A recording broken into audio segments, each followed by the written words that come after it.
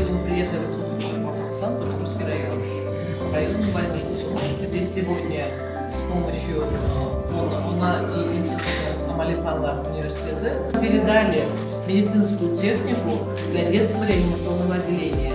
В числе техники у нас есть ИВЛ, кислородные концентраты, весы, кроватки и очень многое другое. Все необходимое именно для реанимационного отделения. Bolalar reanimatsiyasi uchun uskunalar sotib olindi. Bolalari hech qachon kasal bo'lmasin, har doim mana shunday sifatli meditsina xizmatlaridan foydalanasiz.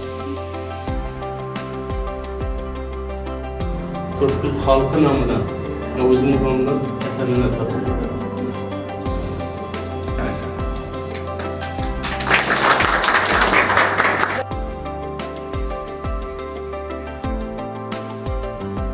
Allah'tan bularga sog'lik, salomatlik, uzoq umr tilaymiz.